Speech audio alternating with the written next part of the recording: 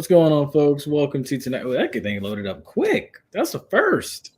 Yes, that's a first. But what's going on, folks? Welcome to tonight's episode uh, of the Running Gun Podcast, Season 8. Can you believe it? That's crazy. I know. You've been around for 7 6 of them? 7 of these seasons. 7? Wow. Damn. Even Crazy. more crazy. I know. It's funny because it's like me and him haven't seen each other since the last podcast and stuff. So now it's like I'm finally seeing him and stuff. It's wild. But yeah, Time man. flies. Time flies. It truly does indeed. It really does. All right. Which is incredible. What is going on, everybody? This is going crazy, man. I am Ace. The dude on the left is J Peeps. You know, we coming here for another fun season. Who knows? We got some special guests maybe showing up down the line. We got NFL draft in a month. HBCU, Yes. You got the first Orange Blossom Classics and stuff coming up in a couple of months down the road. You know, next thing, you got March Madness, I think next week, actually. Is Both it? men and women. Yeah. That's insane, dude. That's insane. Got to get ready for all those things. The fun is beginning. Plenty of fun coming in. We got a lot of stuff to talk about and stuff tonight. Actually, we have a ton of stuff. A lot of stuff that is going to vary beyond the HBCU realm and into much of what college athletics is headed towards and stuff. So make sure you like, share, and subscribe to this channel if this is your first time viewing us, whether you're watching on – oh, I need to go live on Instagram. Oh, you forgot, of course. I always forget about Instagram, to be honest. And we're live on Instagram. It's not a usual thing we have. Those of you joining us on Instagram, welcome as of now. But yeah, so don't go anywhere. Make sure you leave a comment as well this evening, too. Comments are heavily welcomed. So without further ado, I guess, Ace, you ready? Run it. Let's do it.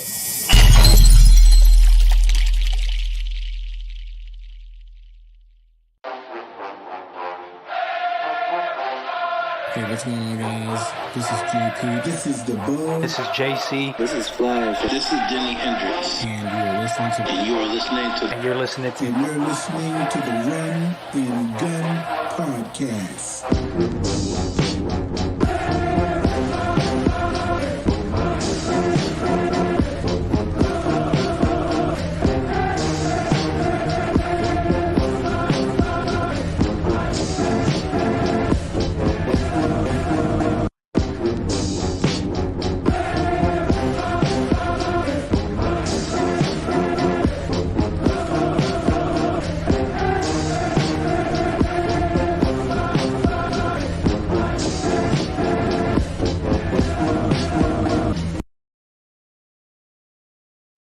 All right. Let's get going. So let's go ahead and do it. So right out the gate, as you know, so SWAC tournament actually going on today for women's basketball and everything such as that. So just got word because I was unable to watch the whole thing today, but I saw the final score. So FAMU season ended. They came in as the 9 seed, I believe it 9 or 7 seed, I believe it was. Came in as either one of the two seeds and lost to number 2 seed Grambling by 6 points. I honestly, for a team that is getting back in the swing of things or finding a new identity with a new head coach in their first year, to fall to the number 2 seed by 6 points, a tournament that a lot of people didn't think they were actually going to be in, to do that, and also have the SWAC Player of the Year, too, on the women's side. Kudos. I'm very impressed and excited to see where Bridget Gordon takes this team. What I saw in just the first half watching, I saw a team that didn't really crash the boards too well on either side, offensive and defensively. But I saw promise. I saw aggressiveness. I didn't see shots falling, so this team needs shooters that are consistent. Not just one night we're going to just shoot out of the gym and then the other night we go cold, but this team needs a squad that is filled with consistent shooters night to night. So I think the potential is there for what you have. they've gone through their growing pains and everything, and it'll get better. Now on the men's side, I'm gonna be real with you. I think FAMU needs to cut ties. Rehaul. Yeah. Overhaul. Yes. You can't be wearing LeBron gear and not be that good, especially in men's ball. Something's got to give. Mm-hmm. Something has to give because I don't think McCollum is it. Unfortunately, I think he's got to go. That's only like the second time where I've said a coach needs to be fired on this platform. The last time I physically said that was when Alex Wood was head coach of the football team. So I do think that, yeah, it's time for Buddy to slide. But aside from that, let's go ahead and talk about it. Did the voters get it right? So I know the one that everybody is got their panties in a bunch about, and by everybody, you know who I mean, is Ariana Grizzle, who won SWAC Player of the Year. And this pissed off people for a multitude of reasons. But look, here are the numbers. She led the league in points, 536. She had three field goal percentage. She was .356, 20 plus points, 13 games, and 30 plus points in 3 games. Nobody was better. Who was better? Sorry. It is what it is. Nobody is like, one of those like I'm waiting kind of tweets. It's like name somebody better than this person. I'll wait. Yeah, I'm gonna stay waiting because there's nobody. Like, come on now. Exactly. Now I will say congratulations to Tamika Reed as a coach line, who was, and rightfully so, year in the start for the women's side. And Jackson State's got a heck of a women's program. They were in the tournament last year, and they likely will make it again.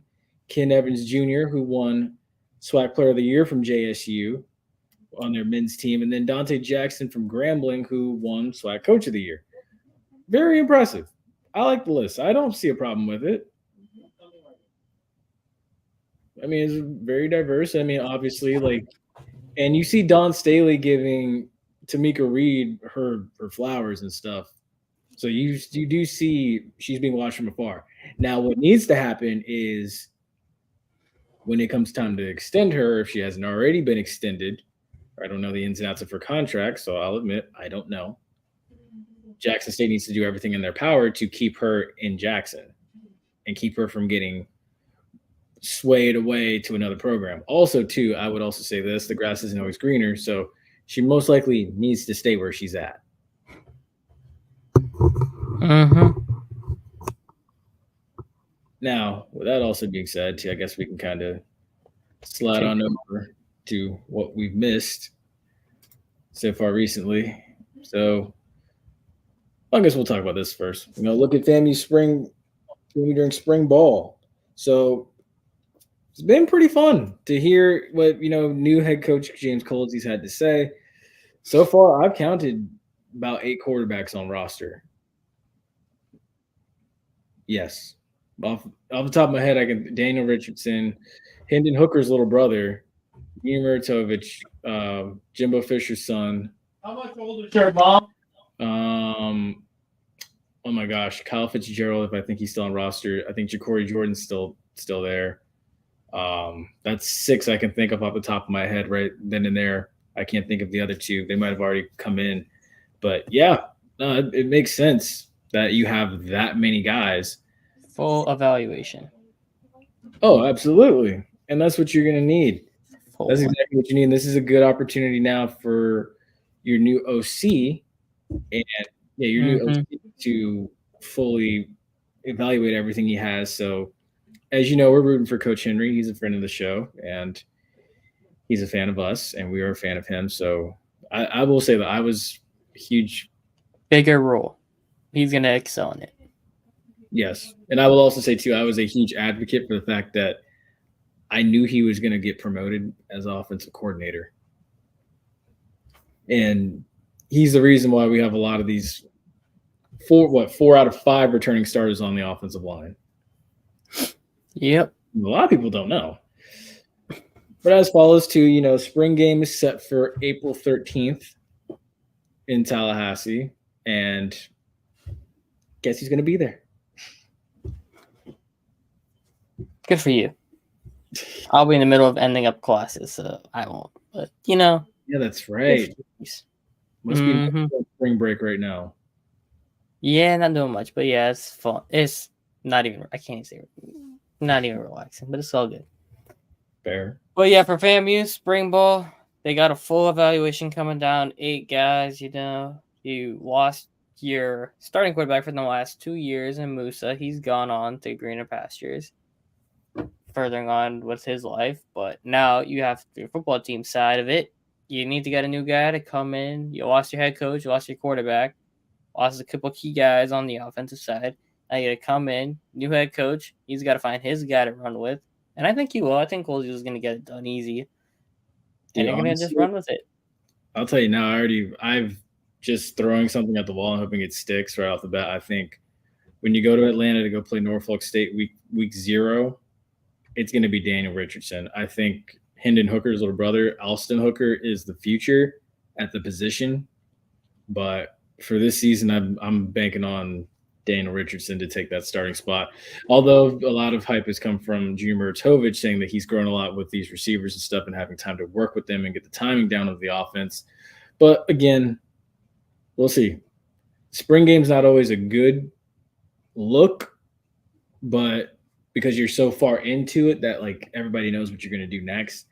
But we'll see what happens. Again, like just me, my early prognosis or prediction, I'm banking on Daniel Richardson to be the starter.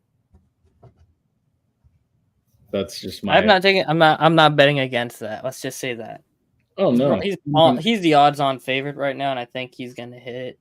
The TD to interception ratio has to get better, but at the same time, too, I would say this. I think that it will in this offense and against this type of competition. I mean, I know you and I both know firsthand what he did to USF with Fournette. Mm-hmm. I try not to remember that game. 4 or 5 TDs in a 56 to 14 route. Oh, yeah. Yeah, I try not to remember that game, but yeah, I remember. Yeah, so, hey, if you can bring that to Tallahassee, look out. If you can do at least 75% of what he did that game, consistently, he'll be fine. Oh, yeah, dude, definitely. More than fine, I should say. And against defenses that I don't think are as talented as what's in the AAC. Oh yeah. Now, for this one, before we move on for the day or for tonight, will we see an HBCU player get drafted this year? We mentioned this probably not last season. Unfortunately, I'm with you. And those of you, the 16 of you that are watching, feel free to give your comments too, and others that are watching too. But yeah, unfortunately, I agree. I would love to see, somebody get taken. Anybody, I think FAMU has talent. I think Jackson State has talent out there. There's a gym at every at schools like Howard. I saw talent along Howard's offensive line that with fine tuning in that Celebration Bowl could be better. Mm-hmm. I think you will see a lot of undrafted ones. So I think you will. I agree with that. Marquise Bell, I think he was a 5th round pick for the Cowboys. He wasn't even drafted. Oh no, who was a 5th round pick? Somebody was a 5th round pick from an HBCU. Well, you had, I think 5th round pick. I think you had not Aubrey Miller. You had James Houston. Yeah, same class. I think I ran to half sleep. Anyway, yeah. You know what it was? Marquise Bell worked out for him because I remember I was trying to say. I think I said it last episode before we went to break. I said how it works out sometimes for these guys to go undrafted because you get more guaranteed money than a 5th, 7th round pick, and you get to pick your team and what scheme could be best for you. Facts. And when you had a guy like Marquise Bell, he went undrafted, but he saw what Dan Quinn's system was, and he's like, "Hey, I think I could do good here." And he goes with them, and he took what he had, worked his way up. First year, special team, scratch a lot. Second year comes in, gets a little more minutes. Now he's running. Yeah, and he's gonna get a bag next year. Yeah, and the good thing that you're seeing now too is that for those of you that were listening closely to what Ace just said, if you look at it, Marquise Bell right now is due to be a starter for next season in the middle of that linebacking core, probably the head linebacker. Dallas has not No, made any moves at they all. signed Eric Hendricks. Did they? Was that the only move they made? That's the only move. They did that like an hour ago. But now with what was one, I have one worry with that. If you want to take it to the NFL at this point, I don't know yet. But like, there's only one problem with that is Mike Zimmer's more of a conservative defensive coordinator. Yes, we can kind of. So he might run a more traditional defense than having a safety hybrid linebacker in the box. So that's just the one slight concern I have with it. Random. I just cut one of my favorite. She was insane. I'm here to have. Oh, hey, drunk. It's good. It's all good, Trunk. We get it. We can always count on him to come with some type of energy like this. So for those of you that don't know that are watching, Drunk's a regular. Yeah, Drunk is a regular, and he always provides us with joyous comments like that and others. And we missed him so much. So Drunk, you know, she may not have appreciated you, but we appreciate you a ton. We do. We want you to know All that. right. Ace really appreciates you the most. Back on topic. So yeah, on if anybody's getting drafted this year, no, but I don't think it's the end all situation, you know, because I think they can find teams who have young, innovative coaches who are more open minded, who will take those guys and turn them into stars. Oh no, I agree. And speaking now that we are in the NFL portion of the show, it's like I look at a guy like, let's say, oh my gosh, what's that? The running back from Texas Southern, Ladarius Owens. I look at a guy like Ladarius Owens, and I'm like, look, he may not be your true every down back in the NFL, but that guy, because the first guy's not tackling him, from what I've seen. He's a key type of guy that you can put on special teams. He's a key type of guy that you can let return punts, return kicks, and make a name for himself in the preseason. Now it's up to him to take hold of that opportunity when it's given to him. If he doesn't, then hey, he doesn't. But if he does, you got to give him a roster spot. You got to. So it's players like that I look at. Guys like Isaiah Major, who I look at, who could come into the league undrafted and make a name for themselves, especially if he can find a team, like you said, that fits his system. Like, personally, heck, I'd love to see Isaiah Major in Pittsburgh. I feel like he would fit perfectly there. That style of defense and stuff, that Steeler way of history of linebackers that they've personified, or even honestly send him out to LA with the Chargers. Him and Harbaugh might be fun. There you go. And you just had a linebacker. Harbaugh just lost a linebacker, or his staff To the Titans. Old staff. He just lost a linebacker to FAMU, who just transferred over there. So, you mean in Michigan? Yeah, like at Michigan, one of his linebackers transferred to FAMU. So yeah. Well, also on the Chargers, they lost a linebacker too. So, yeah. Exactly, dude. And Isaiah Major's a thumper. He's probably not the biggest guy, but he's a thumper. He'll come downhill, he'll hit you, and he can play the pass really well. So, so this is the first year I've seen HBCU have its own combine. Is that a good thing or bad thing in the IRS? I mean, they've had it for like a couple years now, but like I said this with the Senior Bowl last year. I said like those guys who go to Senior Bowl generally get drafted, even though most of them are kind of bums. Like the hit rate on a Senior Bowl prospect is low as hell. But then you go to the combine, and it's generally more big school guys. Like combine is all about hype.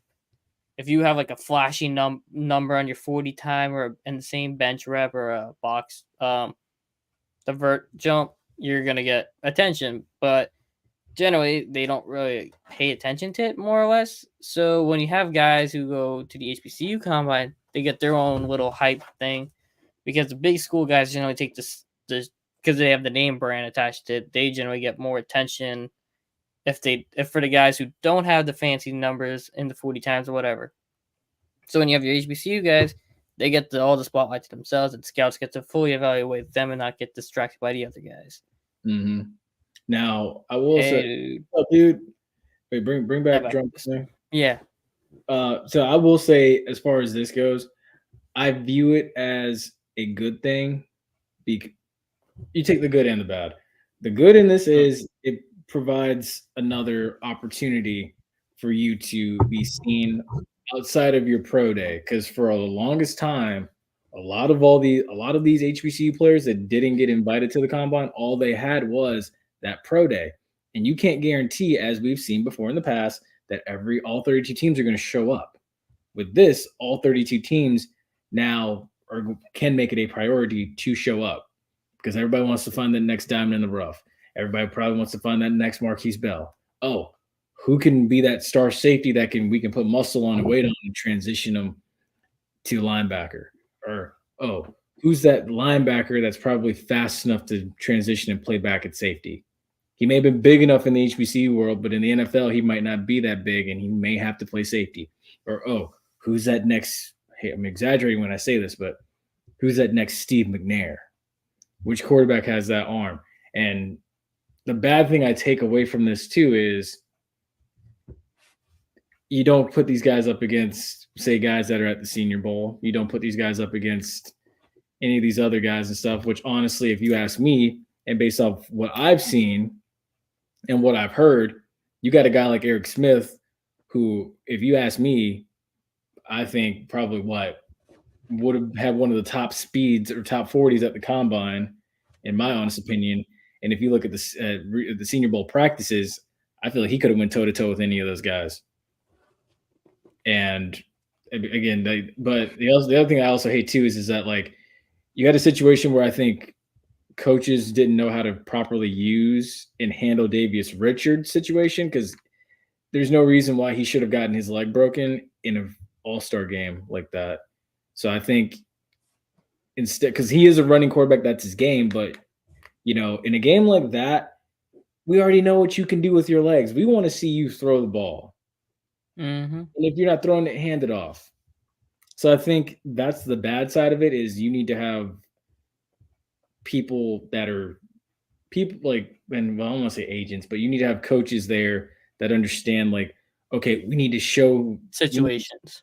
Exactly, situations, and we need to show what might be viewed as a weakness or what scouts want to see. We need to showcase that a little more.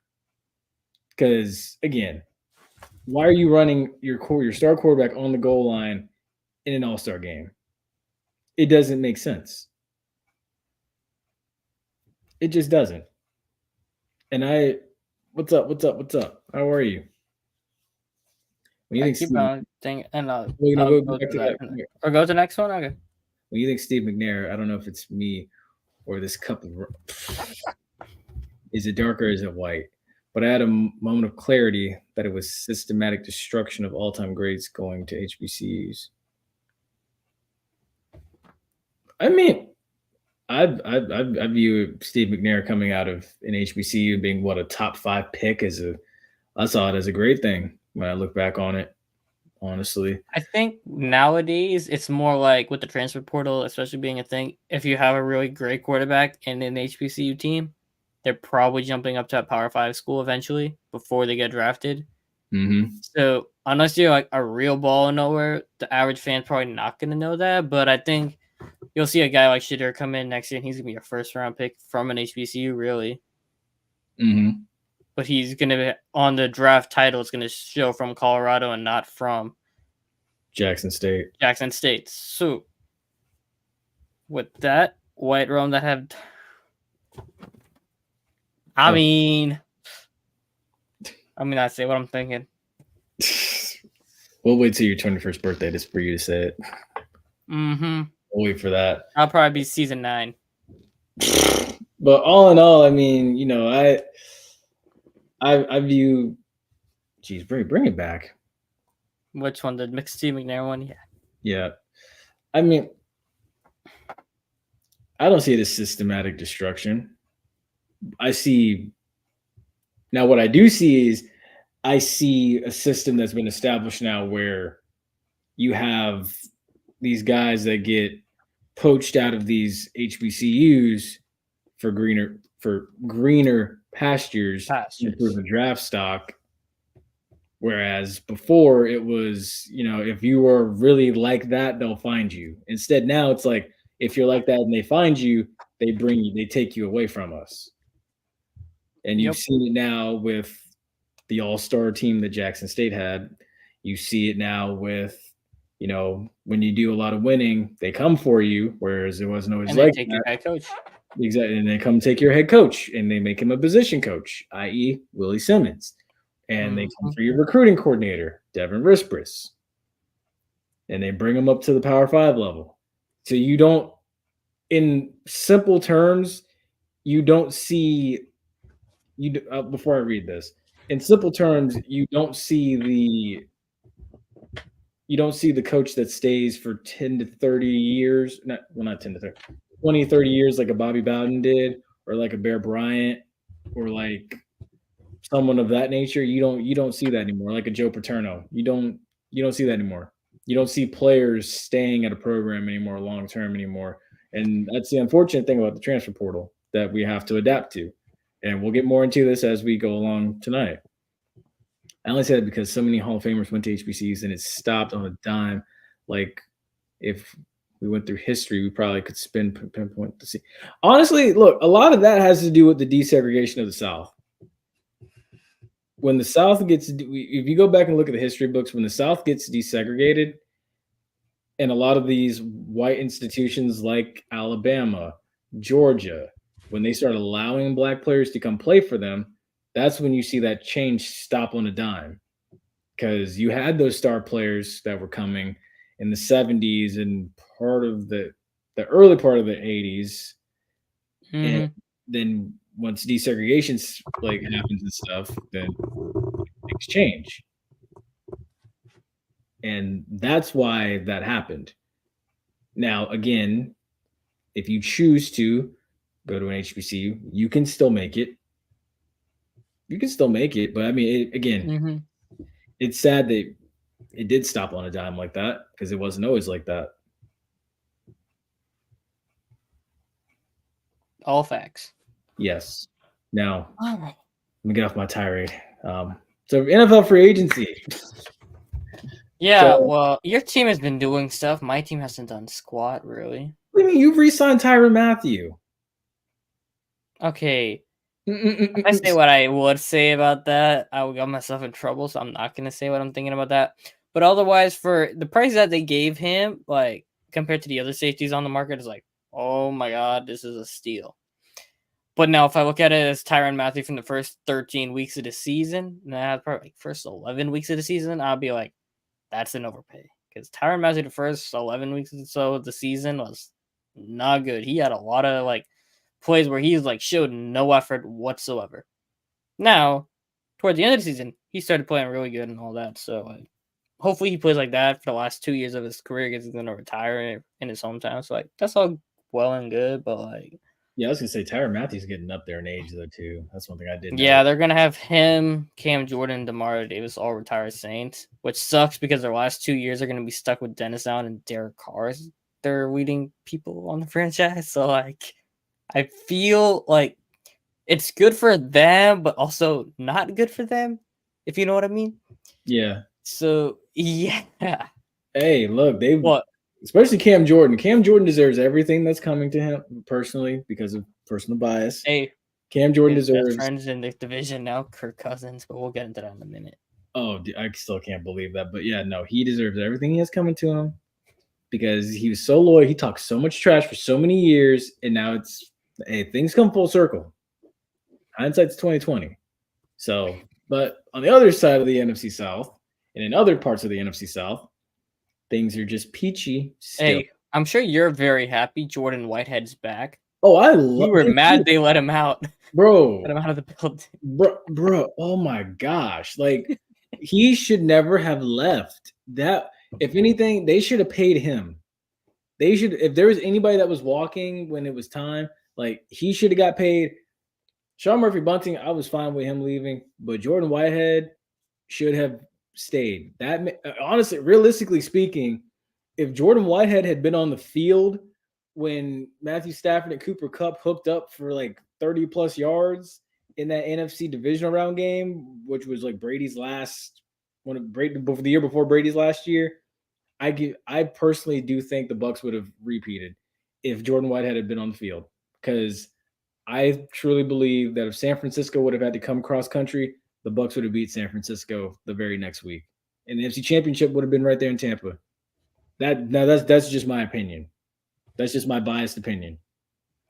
But anyway, to go back to things, Bucks brought back Chase McLaughlin 3-year deal. Mike Evans back, which honestly I think this is the year that I think he will tie Jerry Rice's 11 straight 1,000-yard seasons. Levante David's back. Winfield gets a franchise tag. Baker Mayfield, 3 years? 3 by 100. Yeah, 3 years, 100 million, 50 million of it guaranteed. I like it. I like it a lot. And I think you still have a little bit more room to work with as far as the cap situation goes. Now, you look at the other two teams in the state of Florida as far as free agency goes. Dolphins added Shaq. Let's stick with the NFC South first before we get to the others. Oh, okay, fair. Now, okay. Let's stick with the NFC South, one division at a time. We'll get into all of them. All right. Now, Falcons, they decided to go get and make a dude who's 36 years old off of a torn Achilles their franchise quarterback for the next, not 1, not 2, not 3, 4 years. Now, 36-year-old dude off of a torn Achilles to be their franchise quarterback for 4 years is... it's even better. You know what's even more funny before you get to that question? They could have gave a 27-year-old Lamar Jackson the same amount of money. Actually, like $200 million. So it was like $20 million. Okay, I guess it was like $20 million more last year. 27-year-old, no Achilles injury, no major injuries whatsoever. But you go and you give a good dude who is 36, 4 years, 180 million. Like, oh my God, what the hell are y'all doing, Atlanta? So that is basically my thoughts on Kirk Cousins going to Atlanta. I got a question. All right, go get your question in now. My question is for you. So, who do you think is a better quarterback right now? If you had to, if they were both free agents still, and you had to pick one to lead your team, who are you picking? Are you picking Kirk Cousins or Derek Carr? What do you mean? Give a 4-year deal to either one of them, or a 1-year deal to either one of them? It don't matter. Who would you start week 1?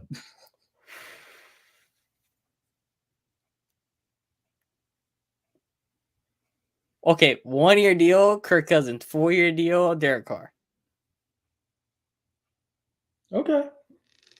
Now let me ask you this: who's better, not Derek Carr? Who's better, Kirk Cousins or Baker Mayfield? Baker Mayfield. Okay, Baker Mayfield's best quarterback in the division right now. It ain't even close. Hold up, we got one. Wait, but Kirk Cousins also got more playoff wins than Derek Carr, so I might actually say Kirk Cousins is the second best quarterback in the NFC. So, hold up, we got a question here. We got a couple. Hold up. Okay, Kevin from Tally. Wait, not that one. I'll just we'll get into that way. Coming back to that one. We'll get into that hot topic. Free agency has been drunk old as hell, and now free agency. Next season, I'm eating cottage cheese and crackers while watching game. Oh my gosh, that sounds. Oh my gosh. So like, why? Yeah, really? Oh jeez. All my favorite players growing up either retired or taking sucker deal. Yo, low key. Bobby Wagner to Washington. That's basically that. It's wild when it's like, yeah, all your favorite players are retired now. It's pretty crazy. I thought about that with basketball actually a couple nights ago. But Kirk Cousins still gets crazy deals while RC3 is running fake 40s during the combo. It's funny how that worked out. They were both teammates at one point. They got drafted the same year. Yeah, that's the crazy thing about it. So did Russell Wilson, but yeah. Oh wait, now we got this one. Wait, is this the one? Is this one? That's for FAMU. But I'm pretty sure Richardson's going to start, and if he does, with all of those new 6+ wide receivers, 6-7 tight end. Oh yeah, no, I agree. I think so. He's got the fruit of his labor is at his disposal. All the toys are at his disposal in that offense. But yes, Ace Fam, he has a 6'7" tight end who probably would have been beneficial to Coach McCollum in basketball. But yeah, dude, it's going that offense is going to be scary again. Plus, running backs coming out the backfield and stuff. Kelvin Dean and Levante Bo Somerset, who we have not even seen yet either. But Bro. yeah, Kirk Cousins got dirt on somebody to be getting the money he does get, bro. Man is like, I know I call Derek Carr the epitome of mid, but I think Kirk Cousins might be a little bit okay. If there is like the level of trash is like right here, right? So that's your like, how do I say this? Josh Rosen type quarterbacks. Like trash is like right here. Mid is like Derek Carr, and then Mahomes is like not even on the screen and good. That's like the elite guys. Kirk Cousins is like maybe like right here. Mm-hmm. So you'd have like Mahomes up here. The CJ Strouds are like right here. Joe Burrow's like right here. Justin Herbert, those kind of guys. Josh Allen, those guys are like right here. Then you got the Kirk Cousins, the Derek Carrs right here. Then you got Bryce Young, Kenny Pickett, guys like right here. Now, for that kind of guy to be getting that, yeah, that kind of crazy. It's a tough question. He said he's taking Carr. Baker by far. Yeah, he's. Oh, that's for like rating them. Yeah, Baker. Nothing will help Coach now. Exactly. He knows three of them, including. Oh yeah, no, I 100% agree with you, Kev. I 100% agree with you, Kev. Right. Hold up, wait. Other NFC South team. We just want to say Kirk Cousins been about that bag. First player to get fully guaranteed deal when he signed with the Vikings, 3 years, $85 million, I think. Yeah. And then Deshaun got the full 5-year, $235, which is terrible. But yeah, other NFC South team. Panthers trying to go get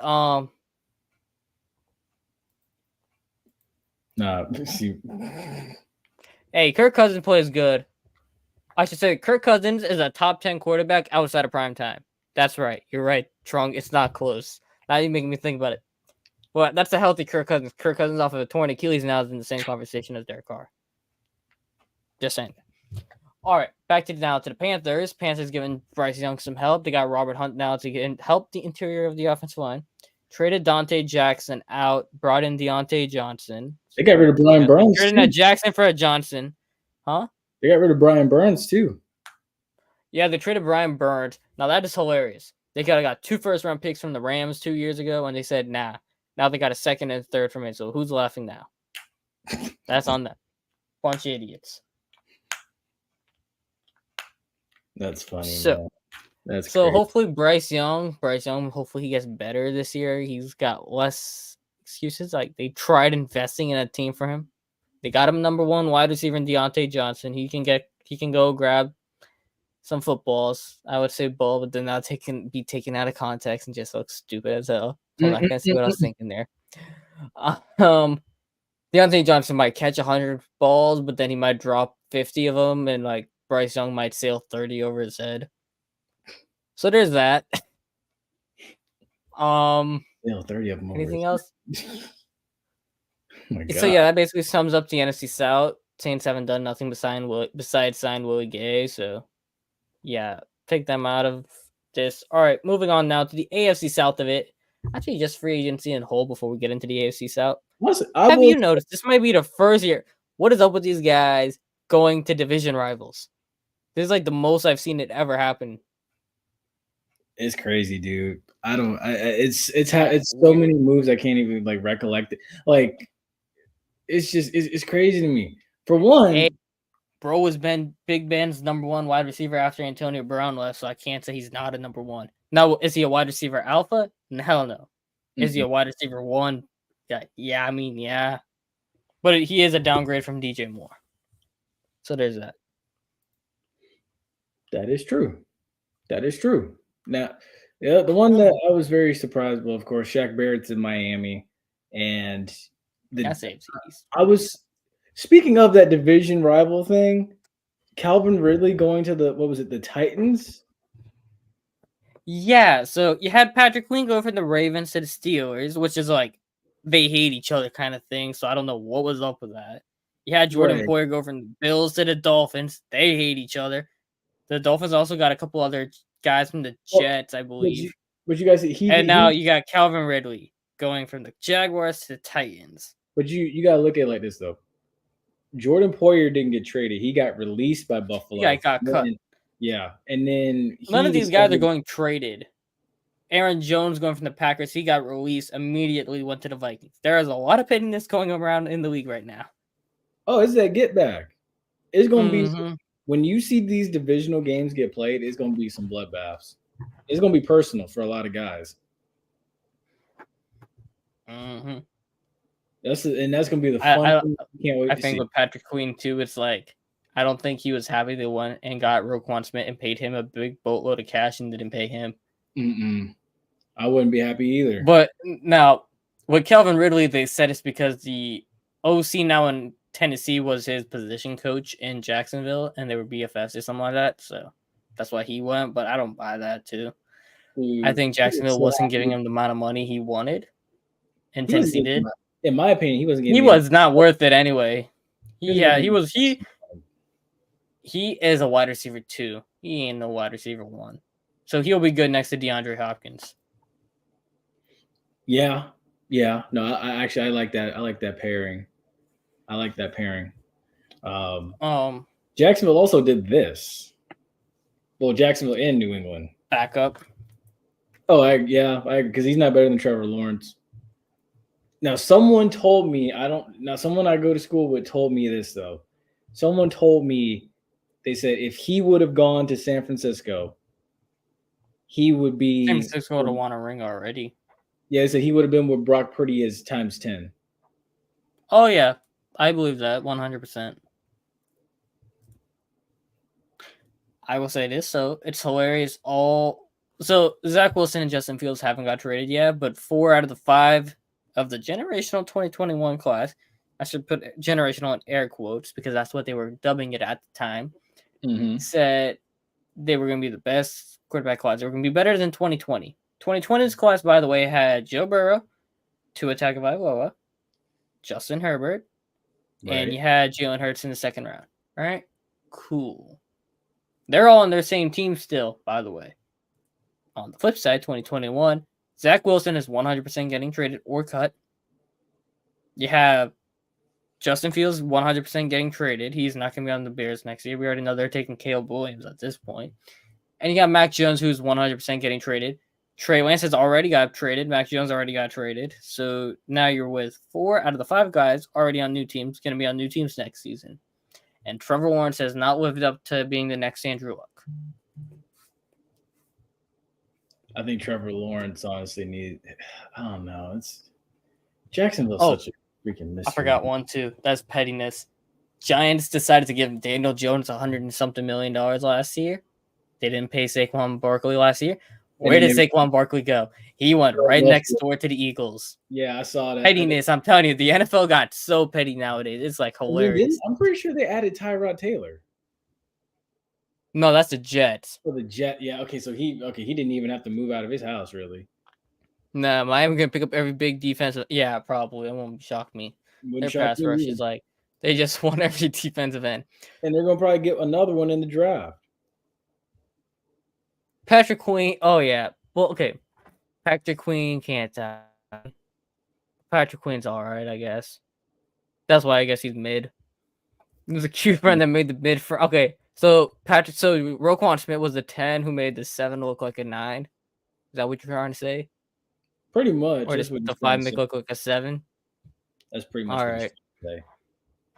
All right, cool. That's all right, drunk. We get it. All right, if I had a dollar for every time San Francisco fans said they could have any quarterback then the actual quarterback I would be on a yacht. Bro, what's with you go to Miami, bro? I think you want to go to Miami. Yeah, bro. They try to tell you Brock Purdy's that guy, trying to say Brock Purdy's elite, whatnot, but then they also go and say in the same sentence that if they had any quarterback, if they took Mac Jones or had any other quarterback, they would just put plug and play like quarterback. They would say they already had a ring. No, I'm not going to spend time on that. Wait. Bring that back. No offense, Ashton. No offense to Ashton. I'm not going to spend time on it. Yeah, nah, bro. I don't think so. He's going to put up good numbers. he'll probably get them to the playoffs and a wild card appearance, but that AFC's a bloodbath. I don't think so. Bro, Russell Wilson is the worst quarterback in that division. Joe. You got Joe, Lamar, Cosby. Hell, Jameis Winston would be the best quarterback in Pittsburgh right now. And he's my gosh, and Jameis is in Pittsburgh yeah, too. No, he's in Cleveland. Okay. Oh, I was about to say. I'm about to say. I'd bet Jameis is the best. He would have been the best quarterback in Pittsburgh though right now. I'm gonna tell you right now. How soon until Jameis starts the game for the Browns?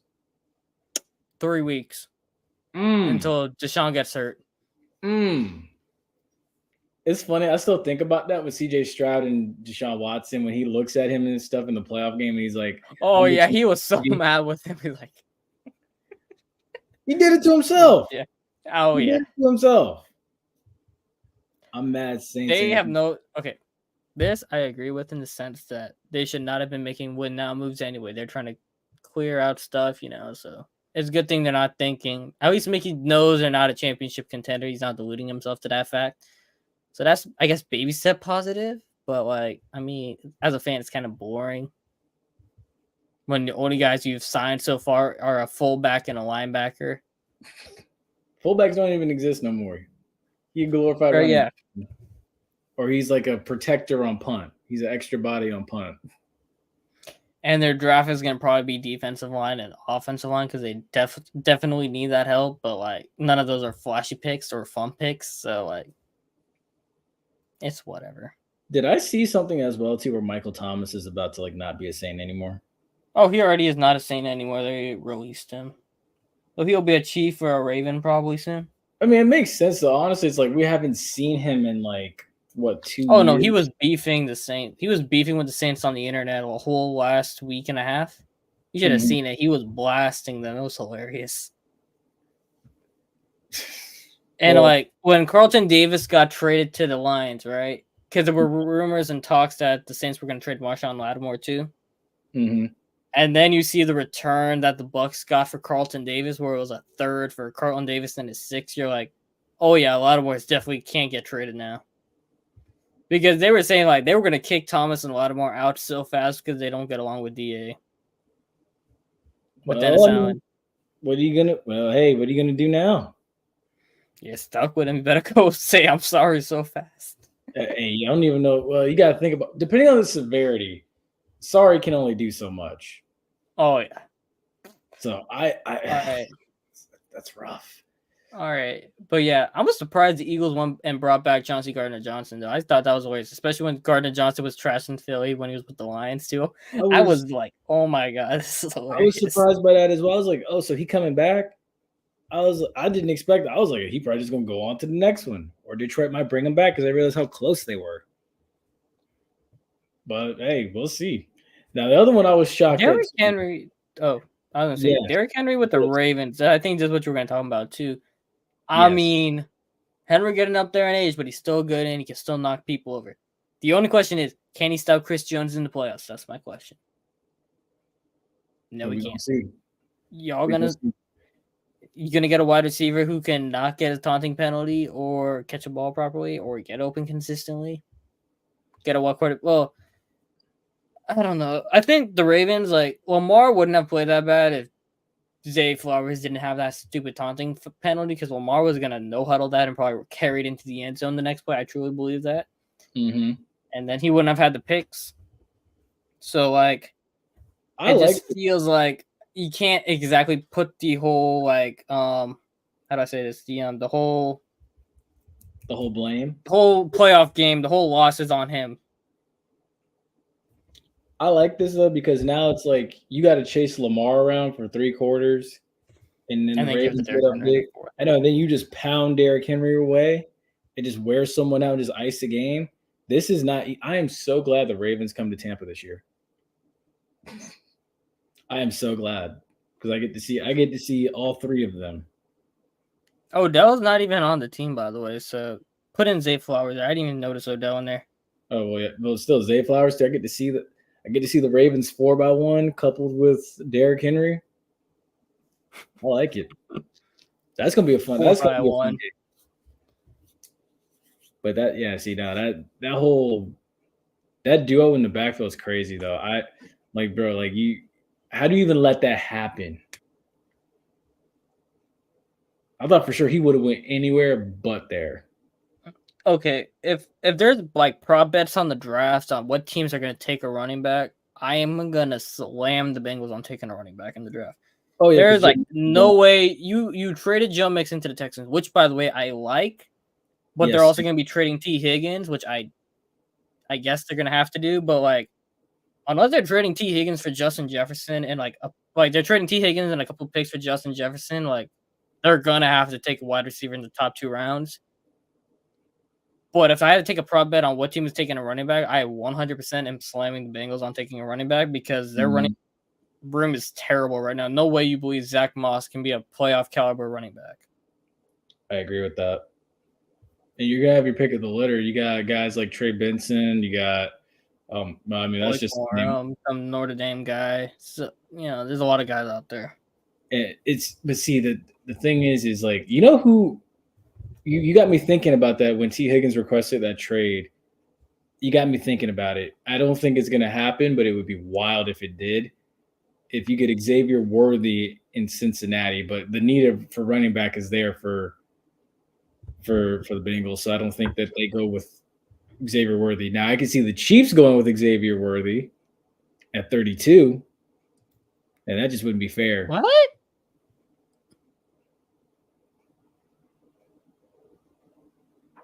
I'm confused on this one. Josh Brown better get himself going.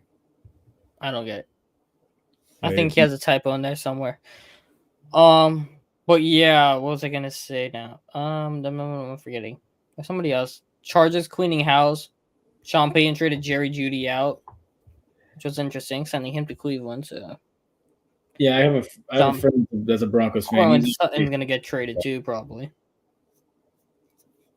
I'm surprised Stephon Diggs hasn't got traded yet. The Bills cleaning out that salary cap stuff, like the beefing of him and Josh Allen keep losing the play. I feel like he's gonna be a Cowboy eventually. Yeah, it just seems like it's gonna happen.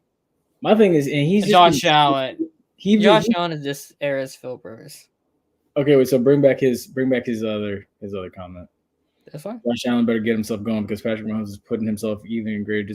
Oh, dude, Patrick Mahomes. Oh, that train already left the station. Is gone. Yeah. He's not catching up. I consider Mahomes versus Burrow more of a rivalry. That's Brady-esque. But right now, Mahomes just has a stranglehold on the entire AFC, and I don't see him letting go for a while. Now, you need to stack up a defense that if you are Buffalo or if you are Cincinnati, you need to stack up a defense that's going to pressure him consistently, keep him moving and off balance, and that will frustrate him if you're going to get past him in the playoffs. Whether it be an Arrowhead or whether it be on the road or you're hosting, somebody's got to figure him out. So I don't think it's going to happen. I don't think so either. The only person who's going to be able to beat him right now, I'll take two people who have any chance of beating Patrick Mahomes right now. Joe Burrow's number 1. CJ Stroud is number 2. I could see CJ Stroud, and I could definitely see Joe Burrow. Joe Burrow, they need to get a defense that can stand up to them. But I could definitely see the young up-and-coming Texans team doing it. I like the Texans going out.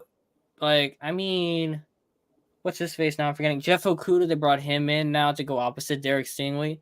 Like, Okudah was a 3rd pick in the draft. Like, he hasn't been great. But, like, if they can get something out of him, like, get Stingley not having to be the only good corner on that team, like, that would be huge for them. Dude, D'Amico Ryan's building a monster, low-key. Oh, yeah. But they lost both their defensive tackle. They traded Malik Collins to the 49ers, and Sheldon Rankins just signed with the Bengals like 2 hours ago. So they're going to have to fix that D tackle spot. I wouldn't be surprised if they go with that in the first round because there's some good guys, or they go sign Eric Armstead from the 49ers who the 49ers cut. I can see that happening going back to D'Amico. So that would be good for them if they do that. But who else was there? Somebody else made some big moves. I'm trying to remember about it. Going through my head now. Okay, so Fields still got to get traded. I don't know who's trading for him at this point. If the Saints are smart, they would, because they're probably not taking a quarterback early, just go send a mid-round pick for him and sit him behind Carr for a year. That's the only thing I can think of. I think the Raiders, I have no idea what the Raiders are doing. They cut Jimmy G now. The Raiders added, oh my gosh, what's his name? Gardner Minshew. Yeah. I think, unless the Raiders are playing for the 2024 draft, the 2025 draft, God, I forgot this is 2024 now. How crazy. If they're playing for the 2025 draft, like, I guess Minshew makes sense, but like, otherwise, how crazy I don't know would what it they're be doing. if Shador ended up playing for the Raiders? That'd be insane. I ain't gonna lie. All right, with that, we can transition over to college. So, which graphic are we going to go with? You know what? I'm making sure they get everybody. Yeah, we got them all. We'll go with this graphic since it is coming up on it is college basketball season. So, a couple of things happened. I'll start with this one. Nick Saban basically was with Ted Cruz and stated, where college athletics is headed. He also stated the reason why he retired. I don't know if you saw that. Did you? No. I'm gonna have to check that out because I might use that on my sport and sociology class. Sports and society class. That class, by the way, is really cool. We're talking about like college stuff and like how the athletics have changed. Mm-hmm. But it is like, yeah, college athletics. It's so different now compared to what it was 20 years ago. So go on it. So basically, Nick Saban was one. He basically came out and said, like, I retired because I saw the way that our team acted after losing that Rose Bowl. We didn't lose with the same sense of pride that we had traditionally done. And he had said, a lot of it was a testament to where things are now. Before, guys would lose, nobody's talking. But now it's like we lose the Rose Bowl, guys are talking, guys are pissed off, guys are throwing stuff, slamming stuff around. Nobody's worried about draft position. Guys are worried about, hey, am I still going to get my money? Things like that as far as NIL goes. And it's just like it's not about, unfortunately, the game, and it's not about the team anymore. It's about me. What's up? I was gonna say, shout out to chat, man. We got 44 concurrent viewers right now. I think that's a record for us. I think it is too. This is fantastic. Let's push it to 50 tonight. We still got make it 50, guys. Please, thank you. We just started this part of the show, this segment of the show. We still got hot topics tonight. Let's push it to 50. Let's keep on going. But yeah, man, I agree with Nick Saban in the sense of, now I'll say this: the student athlete has more available to them now than they've had in decades and years prior. Now, the thing that I don't like about it is like, there's so much parity and there's so much jumping around in college ball now that you can't really get comfortable. And you like, it's like all of a sudden now it's like, oh, well, I'm not getting my money here, so I'm going to go somewhere else, or things like that.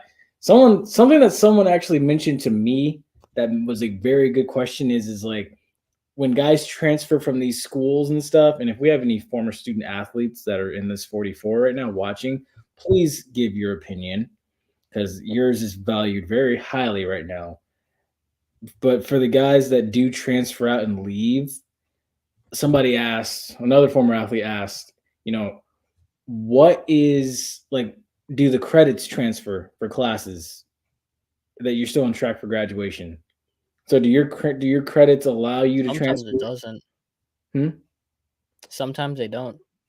And that's what exactly. That's what I'm saying. Some schools, like, if the curriculums are like slightly different in the programs of like what they're majoring in, I guess sometimes like the standard kind of like undergrad programs, like communications and like sociology kind of classes, like whatever, those are pretty standard, so they should transfer over. But some schools have like different classes, like, oh, we don't take these type of credits, kind of thing. So it's like it's kind of screwed, and then you have to go make up classes.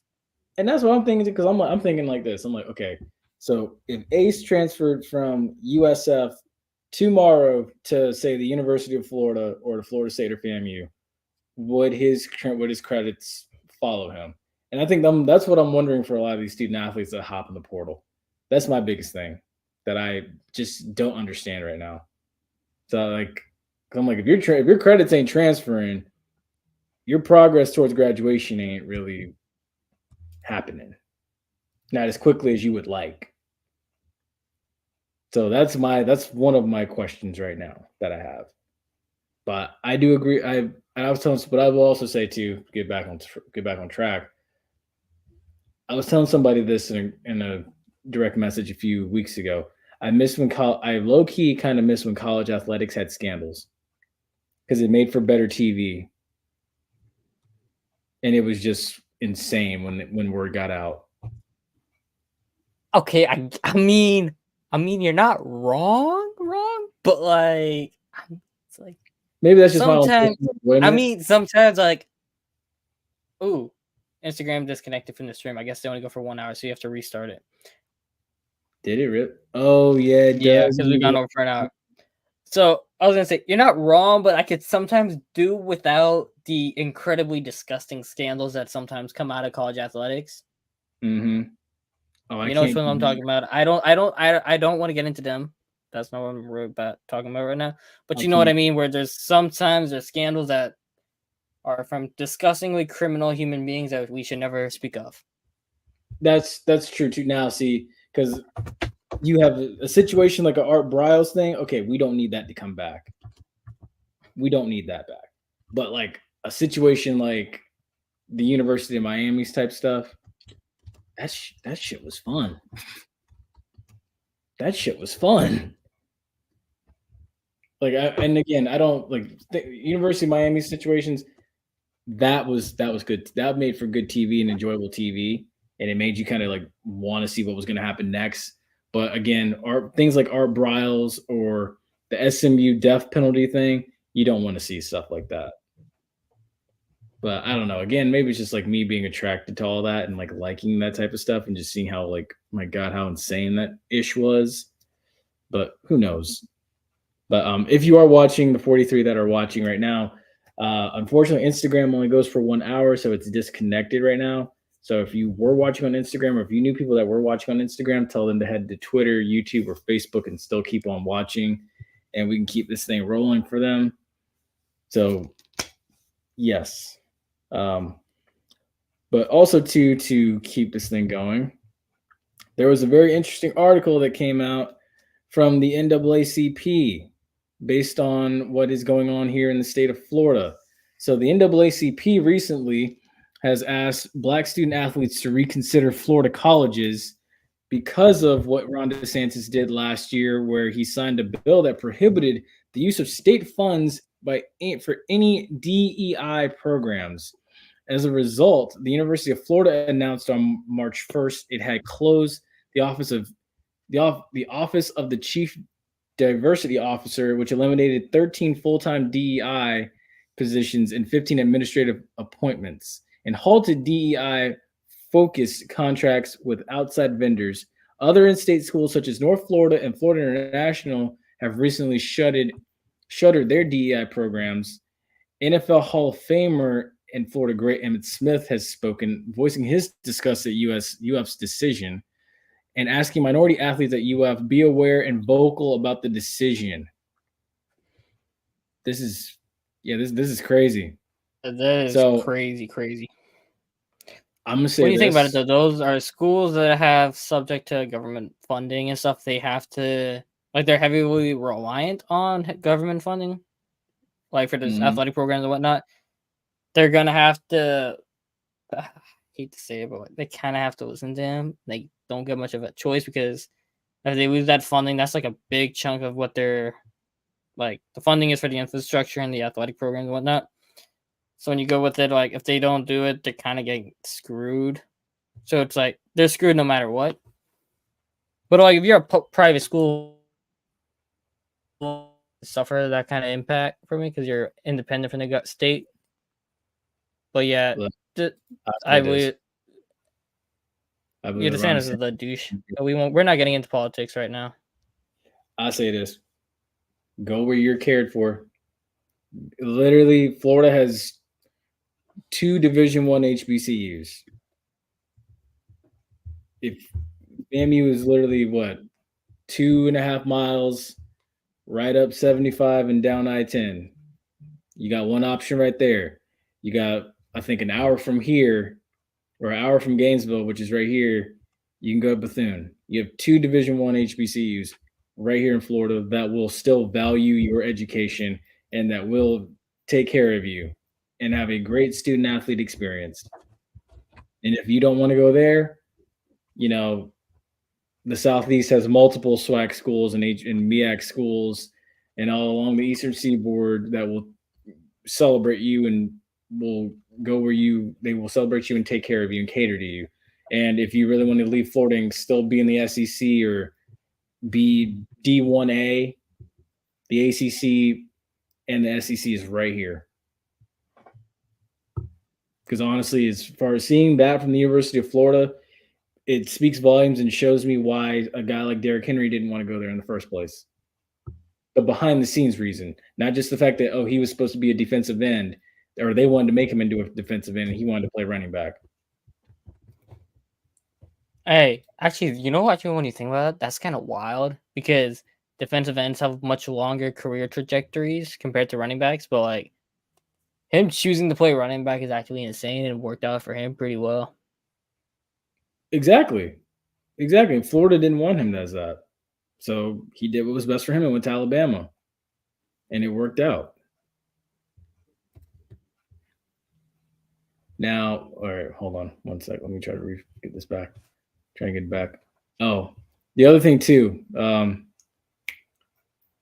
don't know if anybody saw the scuffle, but them 2 schools hate each other, bro. That's insane. That's a good rivalry for college athletics. Dude, them 2 need to meet for the title. Put them in very different ends in the bracket. And this is what I appreciate more about women's college sports than anything. Put these 2 at 2 different ends of the bracket. And let them meet. East over here, West over there. Let them meet for the title at the end. Because I guarantee you, either one of those teams can beat Iowa and UConn. Oh yeah. Although don't sorry, Paige and Caitlin. We're sorry. Nothing against y'all. We just kind of know team wise, LSU and South Carolina got it. Dude. But also shout out Caitlin Clark, man. That she changed women basketball. No, like, she's special. She's special. I will. But she would be a nightmare, like terribly in the NBA. But she could get easily average 10 points in the NBA, and like that's no small feat. And she's probably gonna average like 30 a night in the WNBA and like be walking and averaging it. She won't even have to try to get it. But also, like she's making more like young kids, like young girls and stuff like that, try playing basketball, even when like people don't want to see it. Like I went to the Magic game Sunday, right? There were so many little girls watching an NBA game. I was like, I last went to an NBA game before COVID. There was like barely any little kids, like little girls watching NBA games. I'm like, wow. There was like one sitting here right here. They were totally into it. Like their favorite player was like King Clark. I was like, wow, this game changed so much now. Like, holy crap. Dude, honestly, man, look, again, different. When I was a kid, I guess it was just who I knew. I knew girls that liked basketball like that. They were emphatic and they loved it. Yeah. Girls used to always walk around with the jerseys on and stuff. But I guess that kind of went away for a while because but every girl back then, when I was a kid, looked up to Candace Parker. Mm-hmm. And it was Candace Parker and UConn women's basketball. Those and even Tennessee women's basketball under Pat Summitt. Those were like the big 3 that girls were attracted to back then. But now you see like Caitlin Clark, you see South Carolina basketball. Still to this day, UConn basketball. Like those are the big ones. The big dogs. Yeah, those are the ones that you see girls are attracted to more so nowadays. Which is good though. It's good for the sport. I personally do feel, basketball is a sport for everybody. And I think that this is where the sport needs to continue to go and continue to trend to go. Good trend right now. Hopefully it keeps growing. Honestly, heck, the way this is headed, I might be paying closer attention to the women's tournament than I might to the men's tournament. Because I'll be real with you, I've watched more women's basketball recently than I have men's And college basketball. I mean, yeah, it's not like if you compare the two, right? Men's college basketball, the halves is a whole stupid concept, right? There's a lot of fouls. It's not a whole lot of like formation plays and whatnot. It's not very structured basketball, and it's not good basketball. Even if you ask an NBA player, they'll say the same stuff, right? But then when you watch women's basketball, it's kind of more professionalized in the sense where it's like there's more plays being run, it's more team oriented, and have the more traditional quarter style type game. So it's much better basketball to watch in general for a more into it fan, but also now more casual fans.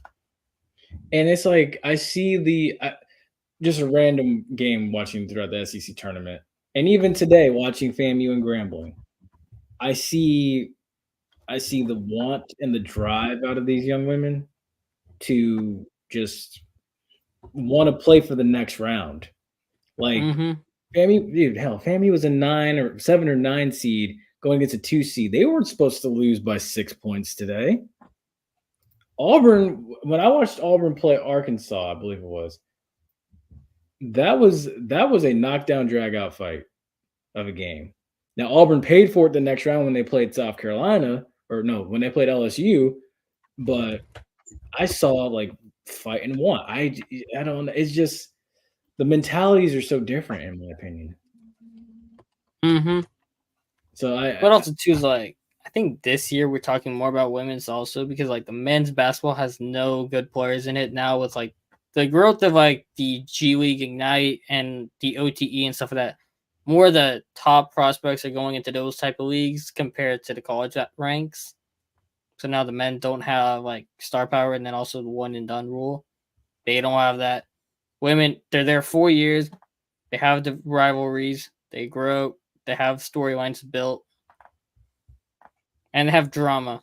Like the whole Caitlin Clark thing with then Angel Reese pointing at it. You know, that like whole stuff that gets people into it compared to like men's basketball is just a bunch of free throws and bad basketball. And see, it adds up for more just excitement once the tournament gets started for the women. You know, heck, I might print off a bracket. I'm just going to lock in LSU and South Carolina for the title. I'm just going to go ahead and do that. But with that, let's go ahead and spin it on over. We've reached the hot topics. So, first things first, Atlanta has called for an expansion for the NHL. So, are we going to get a return? Another one? 33rd team? Like, how is that even going to work? So, well, also, here's the thing. Salt Lake City has also voiced their pitch, too. So Utah, 34 teams?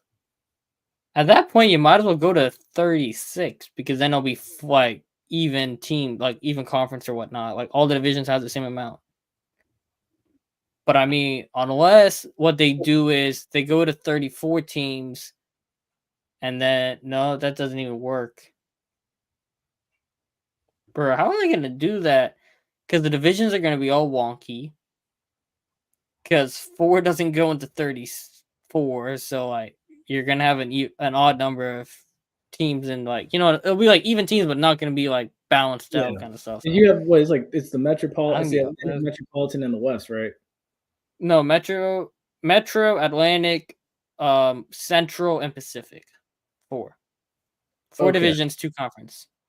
Same as the NBA. Yeah, that would be wonky. So you may have to go to 36. So you have to find 2 more cities. So that would mean, because I mean, you're not going to California. California is every major city in California has hockey. Every major city in Florida that wants hockey has hockey. You could try maybe for a team in Jacksonville or maybe a team in New Orleans. Maybe. I think New Orleans needs baseball before they get hockey, I think. I could see New Orleans getting a baseball team. Totally. And there's something about baseball that I have for. So if you get, let's say, Atlanta, Salt Lake City. I'm trying to think what other cities. Cincinnati's too small. Columbus already has a team anyway. You have Jacksonville. Yeah, Jacksonville. Jacksonville, the city itself, doesn't have much to go for it. That's why they don't have an NBA team. That's true. I think you could see a team maybe go and have a city have 2 teams, like Dallas. I can see Dallas having 2 hockey teams. Maybe Dallas Because the or Stars have good fan base. So I can see Dallas having it. I don't know if Tampa could do it. Tampa, the city itself isn't big enough for 2. no. Tampa's not taking 2 teams.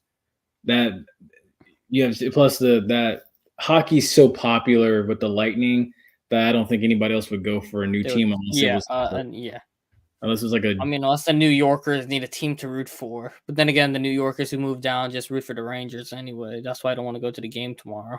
I mean, maybe put another team in Canada. Like where though? All the major cities in Canada have one, I think. Oh, I mean, unless you go Quebec City. Seattle, Montreal has one, but Quebec City could use one, so that's 3 if you put Quebec City in it. Because Quebec had like the Nordiques or whatever back in like the maybe 90s. Portland. Give Portland a hockey team. Nah, they got Seattle right there. They won't put a team. Oregon. Portland's in Oregon. Yeah, but Portland and Seattle like not far apart. Trying to think where else. But yeah. I'll think of that as it comes on. I probably think. Put one right there in Alabama. Memphis, maybe, but you got one in Nashville already. Put one right there in Alabama. No. I know hockey in Alabama. I don't think that would fly. I think you put another one in maybe like Minnesota or Wisconsin, maybe. Maybe Wisconsin could work. Yeah. All right. But anyways, back to the real topics at hand. So the other thing too that happened, Let's talk about these baseball stadiums. Yeah, the MLB did a thing where they shared who had the worst stadiums in the league, and they came out with their last 5 of the 30 teams of all the teams in Major League Baseball. Can you see it? Yeah. So, are we surprised though? You said there's a surprise on here? No, are we surprised about what teams are on here? Not really. Honestly, I will say this. Athletics are terrible. Like, the Athletics need either a new baseball team or they're gone anyway. I think, like, the Athletics have a higher chance of moving than the Rays. Oh, the Athletics are already moving to Las Vegas. Oh, yeah, that's right, they are. Which is sad, given the history that the Athletics have had in Oakland, but I feel like this, like Oakland just, they didn't capitalize on what they had on. I feel like if they would have, their ownership was bad. Yeah, it's crazy, man. I feel like Oakland just missed a whole lot with a lot of just sports. If Oakland had like done something, maybe renovated the Coliseum or done something or built a new stadium for them, I probably feel like the Raiders would still be in Oakland, and I feel like the Athletics would be staying long term. And Golden State would still probably be playing there too. Yeah. Now that I'm thinking about, I'm checking this, but I'm pretty sure when I think about it, I don't think San Francisco has a hockey team. No, they don't. But they have one in San Jose, though. How far is San Jose from San Francisco? Not far, right? So let's see. So San Jose. I'm not very caught up on California's geography because I've only been there like once. It's an hour, 5-minute drive. So I mean, I guess it still counts as like technically a team for San Francisco, but like right. Also, we have an update. Eric Kendricks decides to sign with the Cowboys. You already said that. That's what I said. Yeah. Oh, you know what it is? So you were talking about the Thrashers, right? They don't need to expand for the Thrashers. They'll just move the Coyotes there. And they'll expand maybe to Salt Lake City if they had to. Because the Coyotes are gone from Arizona. Now that I checked it. I forgot about the Coyotes' problems. They have really big issues. That's sad, man. Maybe that's why they were so bad. No, they got bad ownership. And the city and the owners beefing. So I feel bad for them. But with Tropicana Field being... And I was going to say, maybe that explains why the Diamondbacks are on this list too. Because honestly, I thought the Diamondbacks didn't have a bad stadium. I really didn't. But so as you see, let me see. As I type a lot of it has to do with the ownership. The Phoenix Suns would have been on here, but they sold the team and they finally got a little bit better. But honestly, if you look at the Diamondback Stadium, it's not ugly. Like they have a pool. No, it's bad ownership of how they're managing the facilities and advertising, marketing, and all that to fans and whatnot.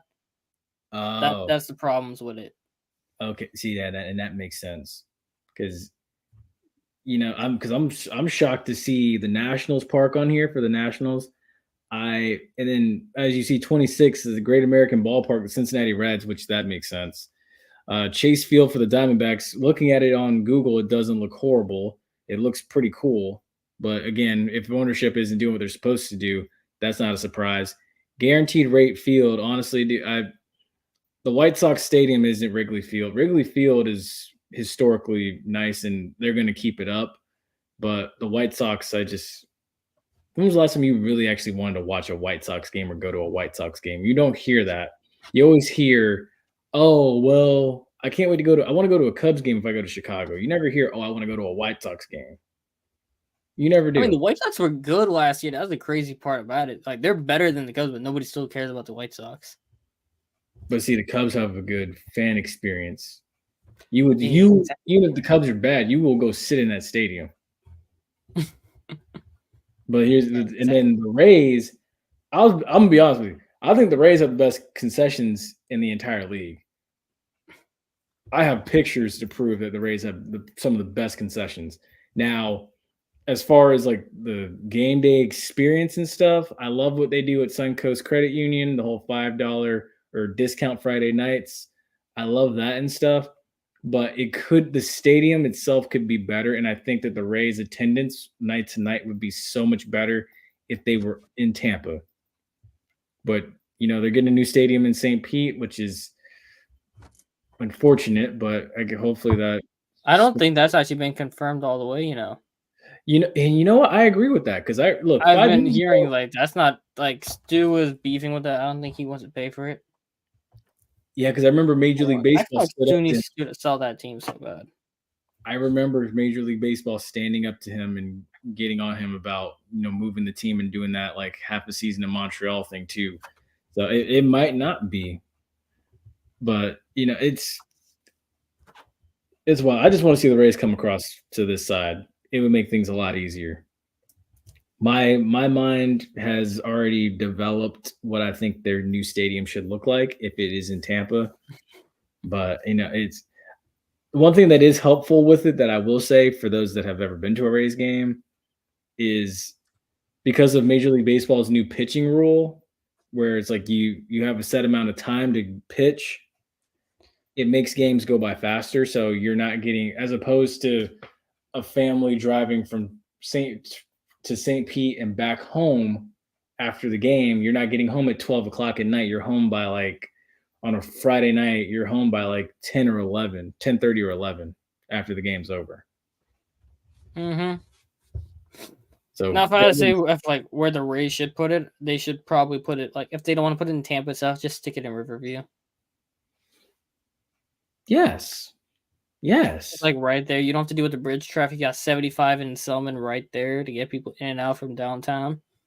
Mm-hmm. It's so much easier, and property's cheaper over there anyway. But what do I know? Major League Baseball coming up, spring training's on. Opening days, next month coming up? Opening day is March 28th. Oh wow, they started in March. So 2 weeks? Yeah, it's coming up quick, dude.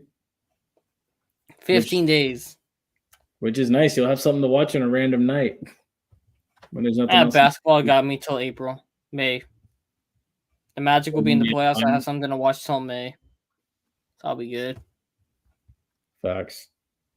That's facts.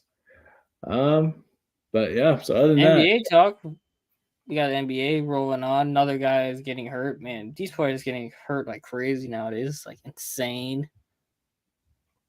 It's kind of tough to watch though. Everybody's getting hurt, but they're talking about actually changing the rules now for the. They were discussing maybe getting it have more defensive freedom and being more enforcing foul calls more. They're calling more fouls or less fouls and allowing more contact. So it should help the game stop being offensively driven and being like watching Joel Embiid shoot 30 free throws. That's fair. No. Bruh, I gotta start. I've been saying this for like months now, or actually probably years. I've been saying I'll get into soccer, and I've never had a good team to watch and like stick with it. Dude, honestly, Drunk, I'll tell you the truth, man.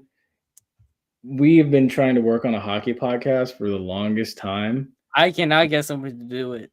We I have- might just do it one day by myself. we are trying to lift that off the ground, honestly, to prove that we are, which makes it even more interesting. Which I can talk about this in hot topics, and plus I can talk about this too because it's minority owned. I want to say, well, it's black owned. This is a black owned group and minority owned, and it's like being diverse like this is so helpful to so many avenues. So it's like, yeah, we can talk about HBCU sports till the cows come home, but you better believe any one of us can stuff. sit down and talk hockey to you as well, the same amount of time, and make it sound really, really interesting. So this is why I applaud again, and this is how we kind of welcome in season 8, episode 1. This is why I applaud Ace. This is why I applaud Chad. I applaud Mr. Sasser. I applaud Flash. This is why I applaud all of them, and even the other ones too, such as Hendrix and the Bug. This is why I applaud all of them. There's so much diversity within the group. I try to Drunk. So hey, ice That skate. ice scraping sound and the sound of the sticks hitting the ice is one of the best sounds ever. I have to disagree with this right here.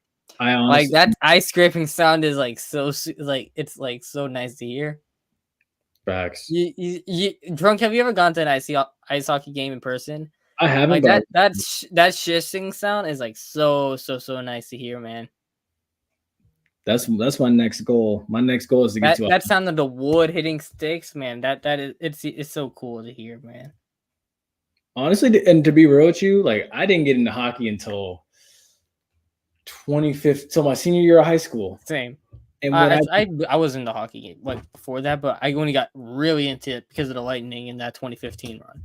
Yeah, and see, that was me too. And I didn't fully understand the rules of hockey until that COVID year, 2020, with the Lightning, is when I finally understood it. Because the more I sat there and watched it, because I'm guilty. I was one of those people that stayed up until 3 a.m. watching that Stanley Cup overtime game between the Lightning and the Dallas. That wasn't 3 a.m. Where were you, bro? That game started at like 3 o'clock and ended at 9. Dude, no. Or like 10. No, that game was an afternoon game. That game didn't start at 9. No, there was one game. There was one game that they played in during COVID that went to overtime. Oh, like 6 overtimes. It didn't until like no, it went to 5. It did not end 2 in the morning. That game started like 3:30. I'm tripping. Because it was COVID and it was like schools had just like started or whatever. Hold up. But it was a 3:30 game. That's how I remember. That game ended like 9 something. But there was a game that ended like 2 o'clock in the morning. They had a 5 overtime game or 4 overtime game in last year. And that game ended like 2 o'clock in the morning. It was 2 years ago. That game ended like 2 o'clock in the morning. Here we go. This is the one. I found it. It was in the New York Times. So the Lightning game 1 first round series between Tampa Bay and Columbus. That was the one. Yeah. It ended like 10 o'clock in the night, not 2 o'clock in the morning. Okay, wait, that's not the one. Okay. Where is it? Where is it? Oh my. Okay. I understand that problem though. If you don't have like if I went to a hockey game without glasses on, I couldn't see squat. I'll be real. I would not be able to see what is going on whatsoever. That game, it's like it's so fast and the puck is small as hell. So yeah. I can understand this part though. This is why I'm like, if I ever go to a hockey game, I got to spend big bucks to sit down in like the lower rows so I can see. Right. That's why the only time I ever go to a hockey game now, I'm just paying it. Like I'll save up and go maybe once a season, and I'll just blow all the whole hockey budget goes into one game, and you sit like pretty close up. I can't go to a hockey game, sit up all the way up top because I would not be able to see where the puck is. Yeah. No. See, I'll do that. I'll do that with football. I'll do that with basketball. But hockey. Little thing about this big and black. This big. I got a puck right over. I'm not getting open getting it, but yeah, you get the point.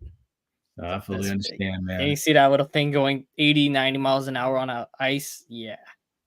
Forget about it. I That's understand, man. And folks, with that, that's going to wrap up episode 1 for the night.